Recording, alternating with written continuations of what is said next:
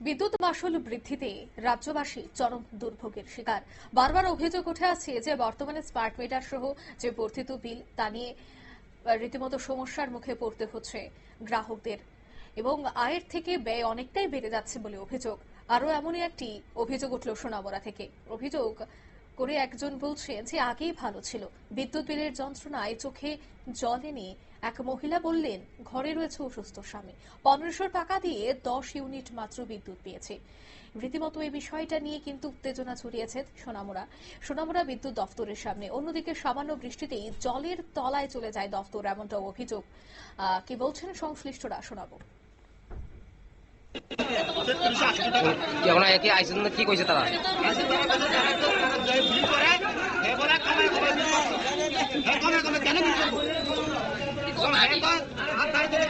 মানে আগে কমায় কমায় করছে, এখন এক লোক আইছে কারণে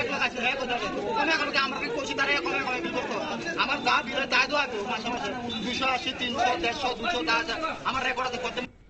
আপনারা শুনলেন গ্রাহকের বক্তব্য। তিনি একেবারে অভিযোগের সুরে বললেন যে যতটুকু বিল হওয়ার প্রয়োজন ছিল এতটুকু হয়নি, অনেকটাই বেশি বিল আসছে, কিভাবে তা পরিশোধ করা হবে। গ্রাহকরা কিন্তু এই বিষয়টা নিয়ে একে একে ক্ষোভ উগড়ে দিচ্ছে। সোনামুড়া থেকেও আমরা সেই ছবি তুলে ধরছি। বিরোধীরাও কিন্তু এই বিষয়টা নিয়ে সরব হচ্ছে, যদিও শাসক দল কিন্তু বলছে যে স্মার্ট মিটার মানেই হচ্ছে সঠিক সেখানে বিল আসা এবং স্মার্ট হতে গেলেই এই স্মার্ট মিটার লাগাতেই হবে। এই দাবি কিন্তু রয়েছে শাসক দলে। যাই হোক, তবে বর্তমানে সোনামুড়া থেকে যে ছবি উঠে এসেছে তা কিন্তু যথেষ্ট উদ্বেগজনক। নিয়ে নিচ্ছে ছোট্ট একটি বিজ্ঞাপন বিরতি, সঙ্গে থাকুন।